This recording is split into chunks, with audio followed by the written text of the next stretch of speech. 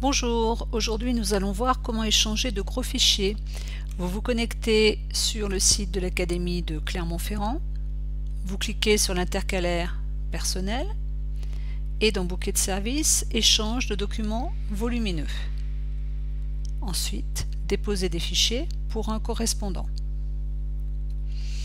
Vous allez devoir vous identifier. Ce sont les mêmes identifiants que pour votre mail académique.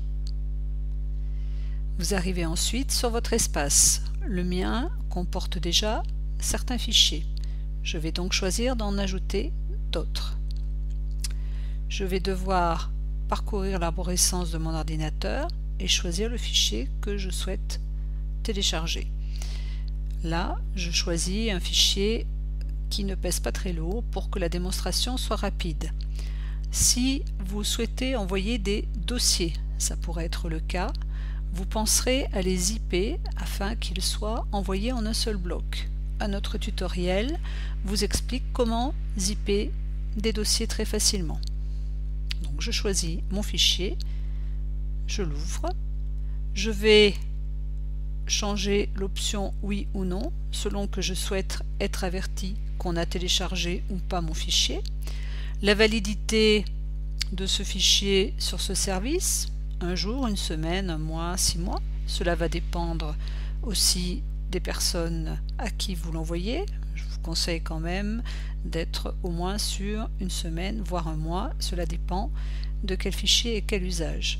Ensuite, si vous échangez des données sensibles avec vos correspondants, à ce moment-là, vous allez pouvoir mettre un mot de passe pour que vos correspondants accèdent à ce dossier et qu'il ne soit pas sur le domaine public. Ce n'est pas le cas, donc j'envoie mon document. Mon document se retrouve ensuite dans ce tableau. Donc vous le voyez ici, Facebook, comportement adopté. En cliquant sur le lien envoyer un email, automatiquement ma messagerie va s'ouvrir et mon correspondant recevra un lien qui lui permettra, en cliquant sur ce lien, de télécharger ce document. Si je me trouve sur une autre machine que la mienne, en passant par cet espace, je peux également récupérer mon fichier, mon dossier. Je peux choisir de le supprimer.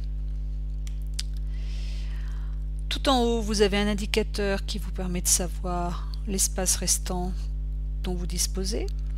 Vous pouvez choisir en fin d'année de vider complètement l'espace de stockage. N'oubliez pas, si vous êtes connecté à ce service via un ordinateur de l'école par exemple, de vous déconnecter à chaque fois. Voilà, je vous remercie.